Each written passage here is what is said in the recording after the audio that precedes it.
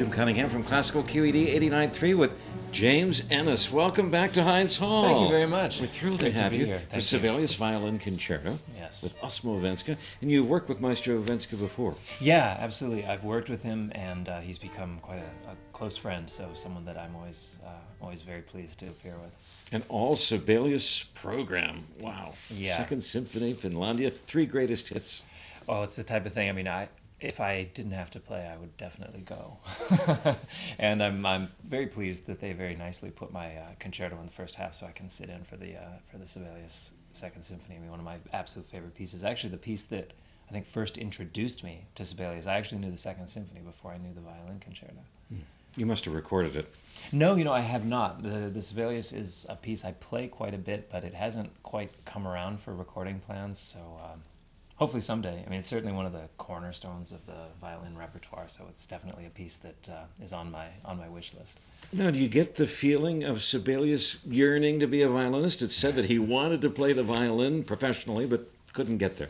Yeah, I definitely get the sense of someone who knew what was possible on the violin, but also someone that was striving for something perhaps beyond their own technical abilities. In a way, it shares certain technical things in common with a piece like the Elgar Concerto, who was just like Sibelius, someone who was a violinist but not a great violinist, someone that strived to be more technically proficient than they were. So in both of these pieces, you see every kind of trick in the book thrown in there. But of course, this is not a piece that is really built upon being a technical showpiece. It is one of the most difficult pieces, but that's all secondary. And of course, that makes it even more challenging.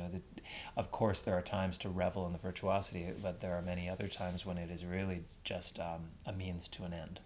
All over the map emotionally. You've got dark stuff at the front and a gorgeous middle section could be a romance and polar bears dancing at the end. Yeah, well, I think, like so many of the greatest pieces of music, it is a world to itself and it's complete. It's not like something that touches a certain part of us emotionally. Like you say, it is all over the map, and it really is a very fulfilling journey, I think, as a listener and certainly as a player as well. How does this? There's a cadenza for you, isn't there? Yeah. It's in a special place or something. Yeah, there is a mini cadenza that's actually quite near the beginning of the concerto. Violinistically, you start this concerto pretty much right away. There's a couple bars of murmuring in the orchestra, and you start right away and you play through this first opening cadenza, and it's always sort of a joke among violinists that if you get through that first bit unscathed, then you can kind of relax and calm down a bit for the rest of it. And then there's quite a large cadenza pretty much right in the middle of the first movement that is incredibly exciting part of the piece. And I think really because the pacing of this piece is a little bit non-traditional, it allows it to speak with a slightly different voice than a lot of other concertos from the same time period. Have you had any wisdom from Osmo Venska? He's a Finn. Well, we've not done this piece together. We're just about to get started, so I'm definitely looking forward to talking to him about a few of the sort of ambiguities in the notation. And he has, of course, dedicated a large part of his career to all of Sibelius's music.